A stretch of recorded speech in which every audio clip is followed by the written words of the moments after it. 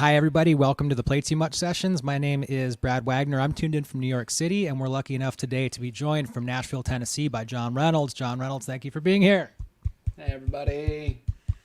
Man, good to see you. It's good to have gotten to know you a little bit over the sound check process, and talk a little bit about tomatoes, talk a little bit about the roots of trees and the way that forests communicate with each other. We've been a broad range of topics, and it's been a total pleasure, dude. And so thank you for sharing your chatting time and your hanging out time and your music with us. Congratulations on Petrichor. It just came out in January, and we're going to hear almost the entirety of the EP today. Can you tell us what you feel like playing first? Yeah. This first one I'm going to play is actually the last song that came out. It's called Heartbreak. And it's one of those ones that I felt like really set the tone for the entire EP, and for the direction of the project. I think that it blends all of the genres really well together. And it's something that I wrote with this guy named Harry Mundy, who works a lot with a band called Bear's Den over in the UK. I know it. Yeah. Yeah, really cool band. That's dude is like a bear-looking guy, the front man with the spectacles and the beard. He's got a glorious beard, and those guys sing like delicately for such burly-looking fellas. Yeah, I saw them actually here in Nashville when they were on tour before everything was shut down, and it was a really funny kind of juxtaposition of physical feature versus style. But man, they can sing, they can pull it off really well. But yeah, we sat down one day and cranked this guy out, and it was one of those ones that I'd been thinking about for a while, and it just kind of went. So I was really happy with it. Nice, dude. Well, thank you for sharing it with us today, man. We'd love to hear it. Yeah, man.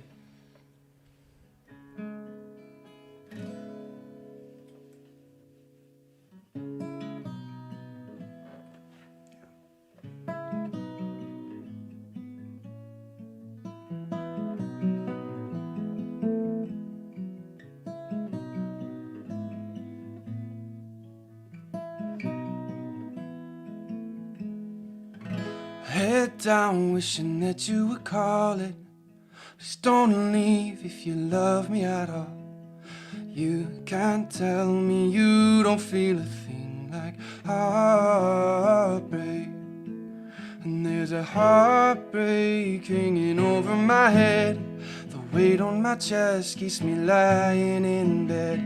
Now I don't care if anybody sees my heartbreak.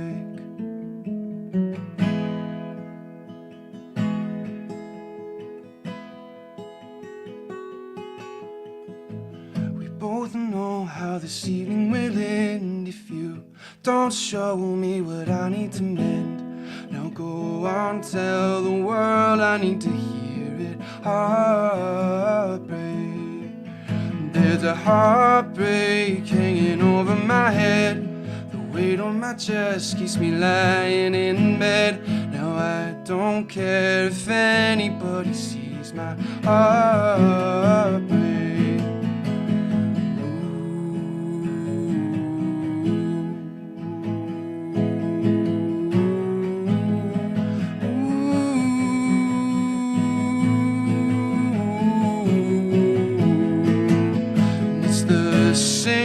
You make me had a night ago, and it keeps me wondering if I want this anymore. I need you, tell it to my face, say heartbreak.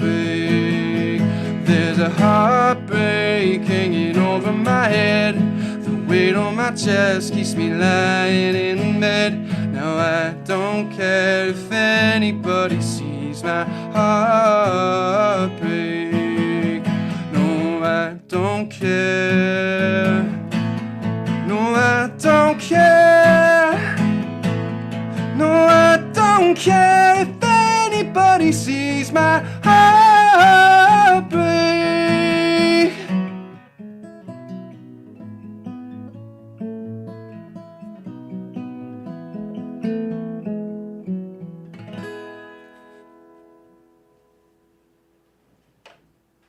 And there's that guy.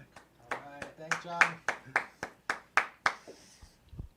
So I was in finding out more about you and more about your music. I read that you, like a lot of people, had fallen into for a lot of years like a just a burnout pace of doing stuff, doing too Yeah. much stuff, working too hard, and not tending to your health as much as was necessary. I mean, when you're working 70, 80 hours a week, it's really hard to stay in balance. And then these songs on Petrichor had helped to kind of ground you and sort of break you out of, I mean, the pandemic, these songs helped to break you out of that. So I'm glad that that happened to you. And I'm wondering what you're doing in your life to stay grounded, to prevent that urge from going back to working 80 hours a week. Cause it's just, I mean, it's so easy to do that for a certain type of personality, especially inside of music. I mean, so many people feel so much pressure to just work and work and work, even though you're kind of spinning your wheels and you're, I've said enough words. I think my question is out there. What are you doing right now to make sure that you don't sort of slip back into that? Yeah, I think that I think first and foremost is that I'm focusing on the art that I'm creating, not the outcome of the art, right? I think that drive really comes from a external place, right, and not an internal place. And I'm not saying that you don't have to have your late nights and your hard work and stuff like that, but like part of the reason I was working so hard is that I felt like I couldn't miss any one thing. And I think that is something that it's true for a lot of industries, but particularly for music, right? Because you really never know when opportunity is going to strike, and so it's easy to fall into a cycle of just like, well, that means I have to always be present. I just always have to be present all the time in the scene as much as possible. And that really, at the end of the day, it takes away from what your goal is, or what most people's goal is, which is to create really good art that engages people, right? So my new measure for that is really the whether or not I'm investing my time in music or not, right? As opposed to music related, uh, Music ventures. industry. Yeah. Music industry, or and go from there. You know what I mean? Like there's a million different titles you could give it, but definitely, yeah, the business side of it. And that's again not to say that you don't need to do those things. It's just it shouldn't. The goal of creating art is to connect, right? Is to put something that you feel into an artistic form. And when all you have going on in your life is meetings and hangouts and networking and shows and these events, it doesn't leave a lot of room for that. So that's my new measure, is my balance out. It's like, am I making art that I'm proud of? Do I feel like I'm getting to put everything I need to put into that? Yes. If I feel like I'm not not able to do that, I'm not putting enough time in that, I'm getting distracted too much, that means I need to cut back. Yeah.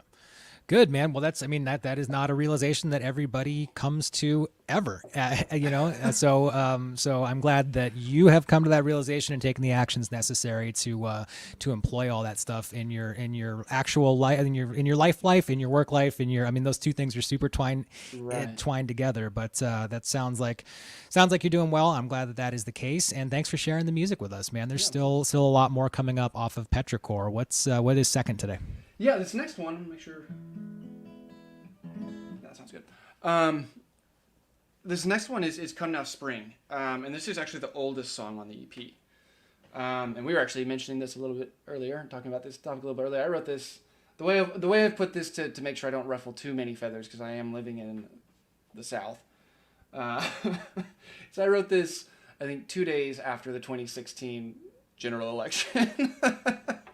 So it was one of the ones where it just was like I felt very heavy, and Nashville is a very cool place that I've enjoyed living, and it was I remember that time period walking outside and the city, for no reason other than the social events that had just happened in 2016, was just quiet, and there really was a different atmosphere around the city, and so this kind of like developed from that experience, and kind of that, like, I feel like there was a collective realization going on that was like, all right, so some stuff's going to change, and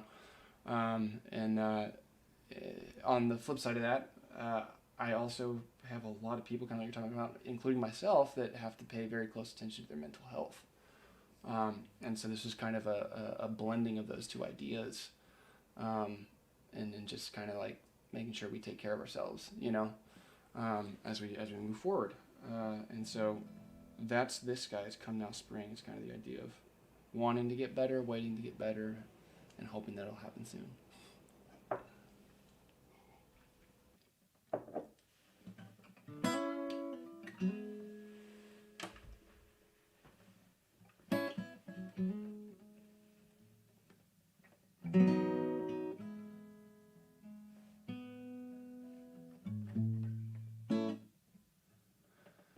Come now, springtime.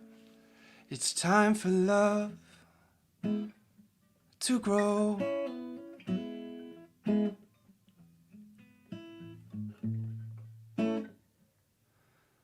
Come now, springtime. Time for love to grow. I've been huddled inside with this warm heart of mine.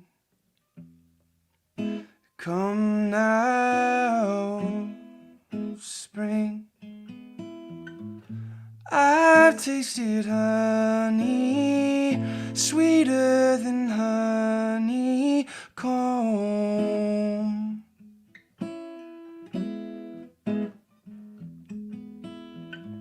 She left me wandering that cold and lonesome road.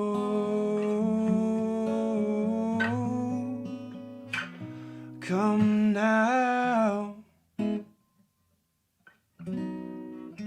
spring.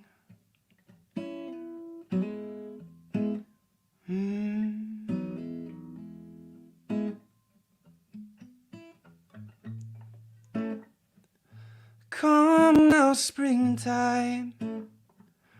Don't play me the fool.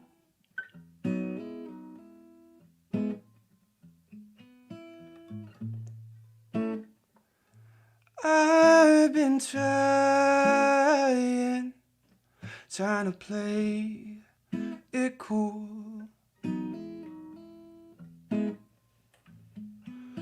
Love withered and died, but my heart just needed time. Come now, spring. I've tasted honey, sweeter than honeycomb.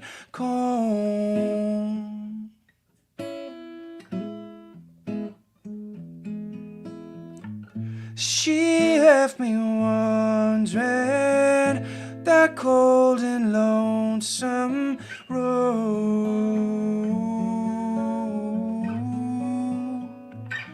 Come now,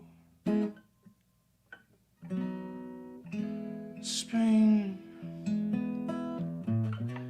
Don't make me see one more snow.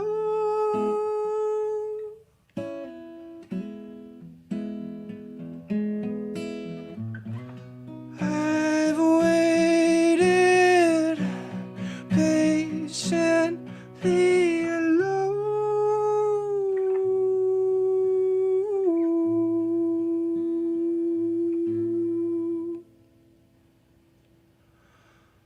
Come now,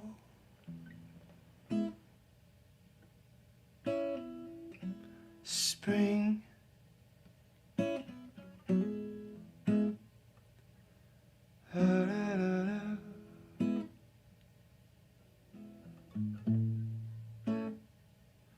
Come now, springtime. It's time for love to grow. All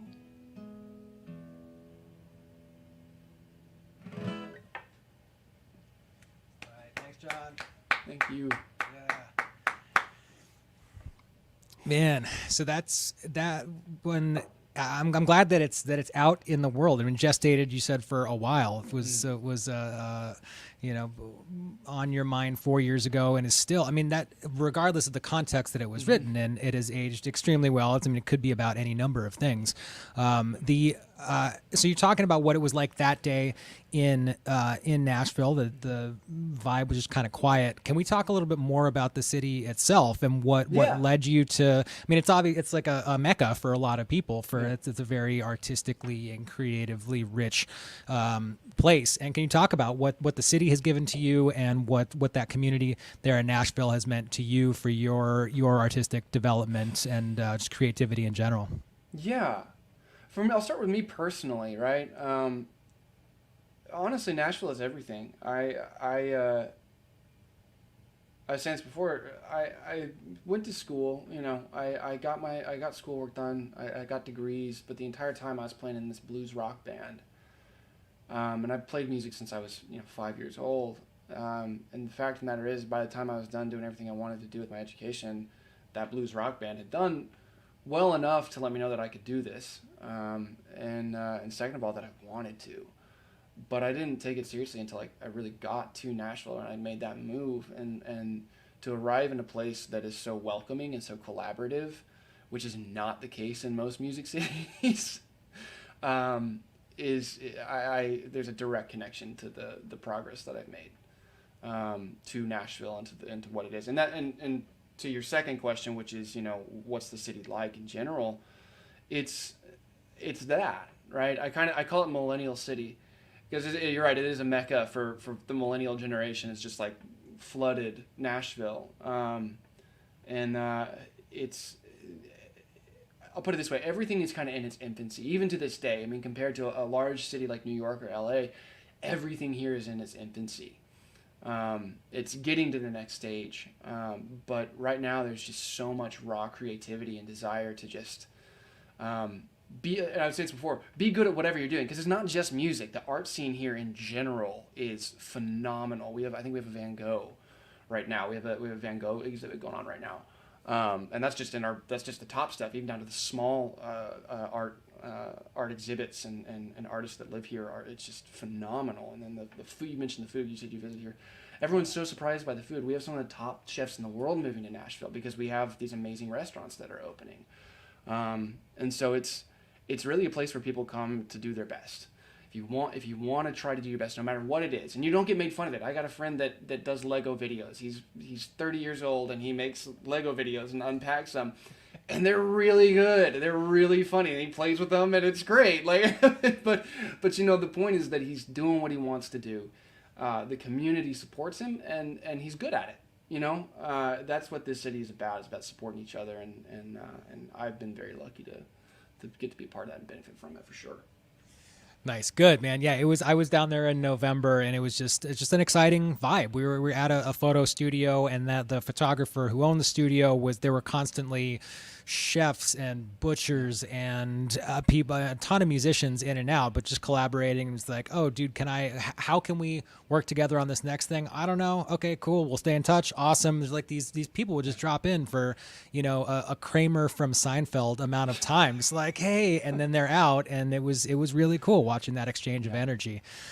So yeah, man, I'm in New York right now. I could see Nashville being one of a small number of cities that I'd be very happy living in. I'm glad that you're finding the energy to be great there, and perhaps we cross paths down there, man. I don't know, but that's good. That's really good. And there's a lot more music still coming up. You're gonna do another one from Petrichor third today, right? Yeah. This guy's called Imogene, and this is a weird one, man. This one is out of all the songs that are on this one, I think confused the most people, which I think is a good thing. I think that there should always be some sense of confoundedness, if that's a word, when listening to a project. But this one was born out of a couple different things. But Imogene, I should mention, Imogene was my grandmother. And that's where the song started. Who I genuinely didn't get a whole lot of time with. And so I've had to pick up bits and pieces about her life here and there and memories that I've had. Because her and my paternal grandparents, they were both born in the early 1900s, lived through the Dust Bowl, lived through the Great Depression. born in a dugout, like old Oklahoma people. um, so I took bits of that idea of like this very strong woman, and I wrote it in kind of a folk style, um, and sat on it for a long time, and didn't change the lyrics because I had put some other ideas in there too. And then about 30 minutes before I was supposed to go into the vocal booth to sing the song, I was like, I can't, these lyrics don't work. So my engineer had to run to his house to grab something. In the 20 minutes that he ran there and came back, I had rewritten most of the lyrics that really I felt like focused in on this story of Imogene, that is inspired by my grandmother, but also a lot of parallels with my own journey to Nashville, and my partner as well, like our journey in life here. So it's again a blend of ideas, but at the end of the day, even though I was making last minute changes, I thought it came out pretty good.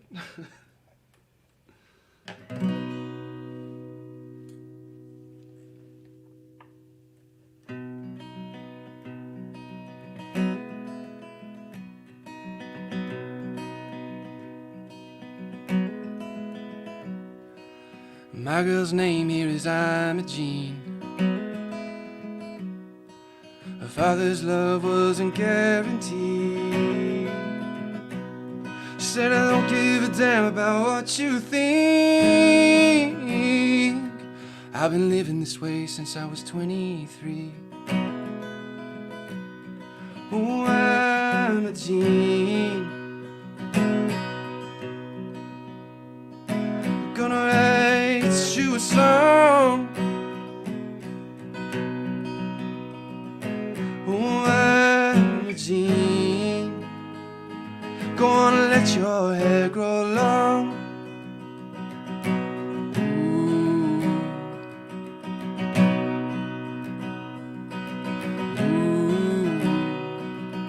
Imogene is my kind of girl.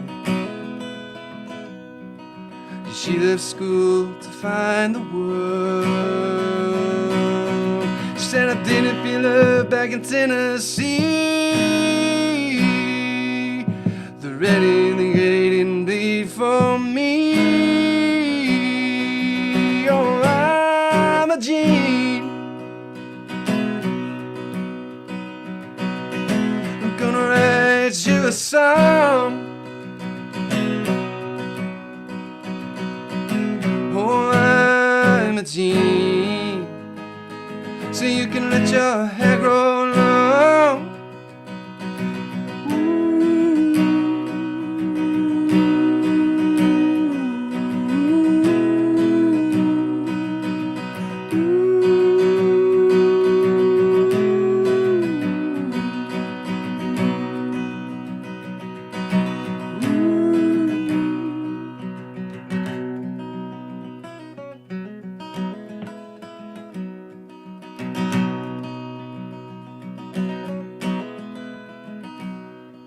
We both got places that we could be,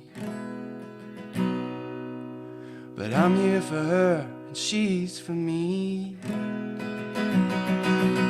And I'm alright, yeah, I'm okay. And when I go, gonna say, oh, Imogene, I'm gonna write your song. Oh, Imogene, so you can let your hair grow long. Whoa.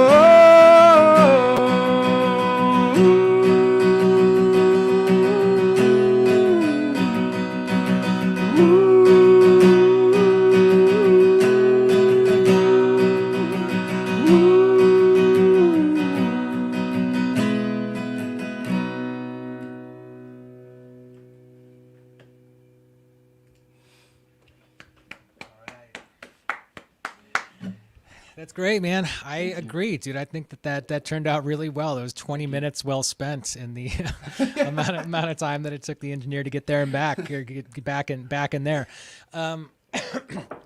Are we talking about Ben or Owen? Are one of those two people the people that had to run away? That was whilst Owen, you? yeah, Oh, Owen, yeah. yeah, Owen. So Ben's worked on a couple songs in production, but primarily these days he co-writes with me. And Owen, the people that are kind of the studio crew, are myself, Owen Lewis, is just a badass engineer, and he does co-production as well.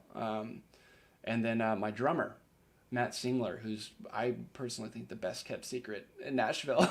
He's this crazy good studio drummer that only a few people know about and use, and so it's really I feel like I get a monopoly on him. But yeah, Owen had to go home. I don't know, maybe get something to smoke or something. And come Yeah, back. yeah. Nice, man. Well, and is it the same crew? So I forget if I don't think it's really like announced or public or anything, but I mean, you're constantly working on new stuff. Can you say, I forget where we left this. Can we say anything about what you're working on Yeah, currently right now, or do you want to absolutely. keep it petrichor centric? No, man, it's always looking forward, right?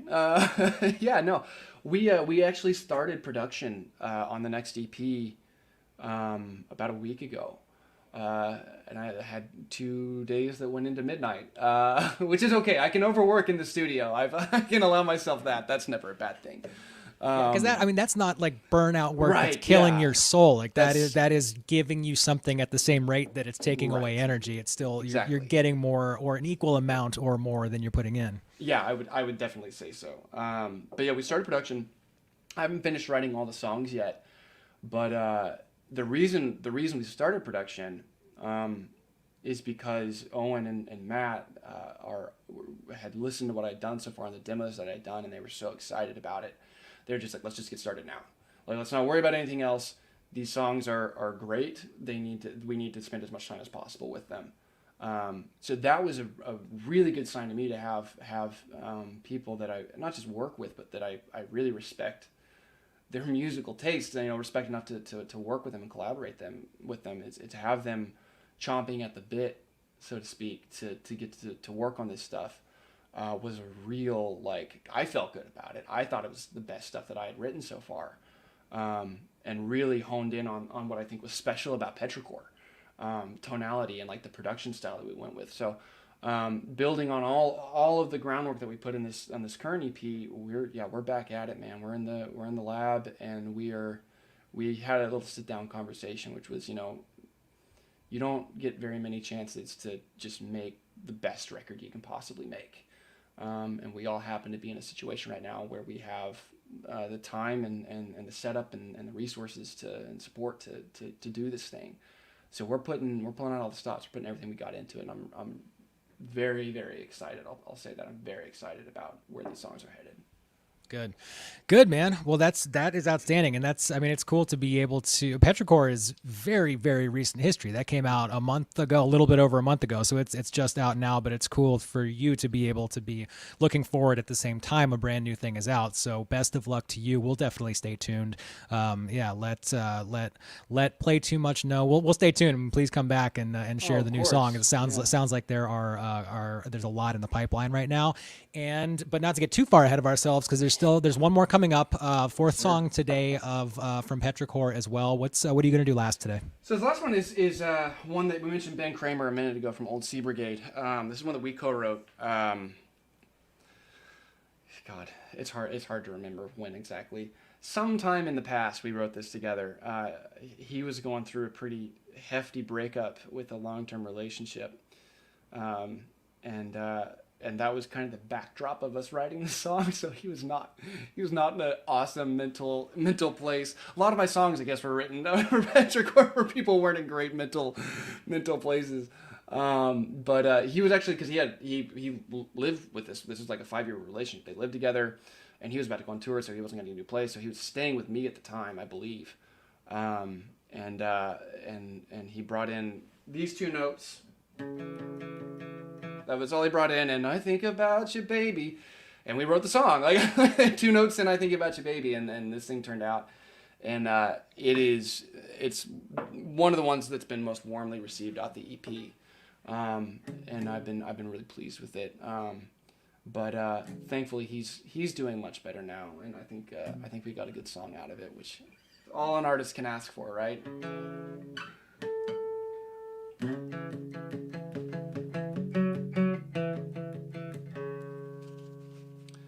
There we go.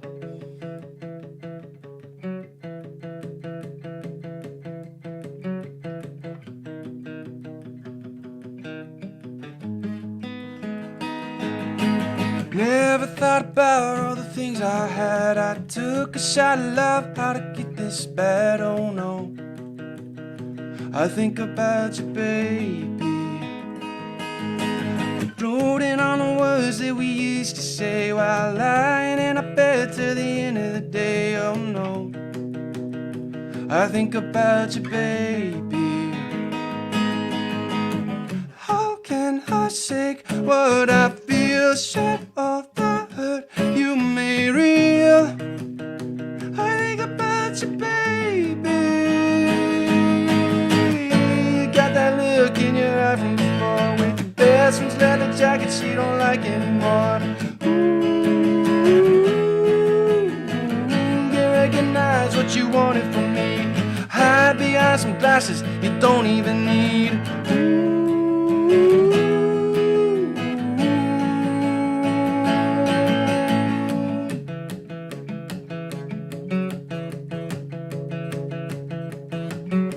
Been staring at a jukebox, killing some time. It's been a couple months of doing alright, oh no.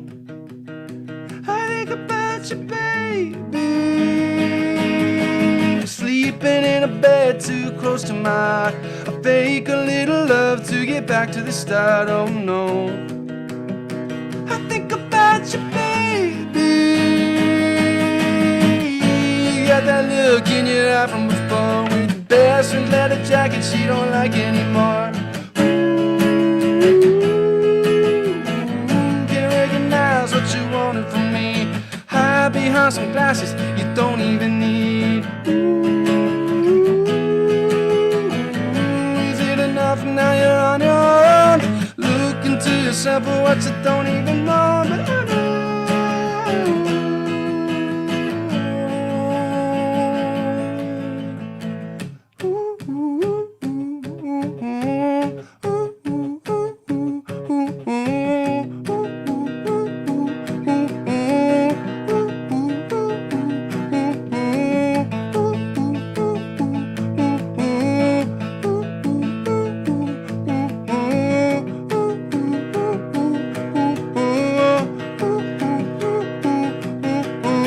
You got that look in your eye from before, with your best friend's leather jacket she don't like anymore.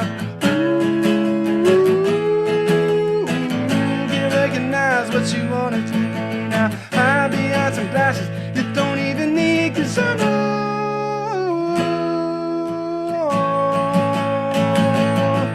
Yeah, I know.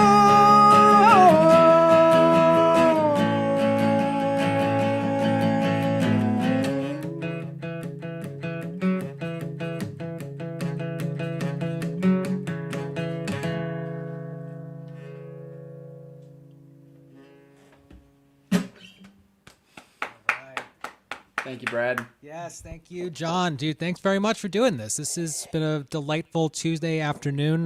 This is just what I want to do. I've got coffee. Thank you for the songs, man. This is great.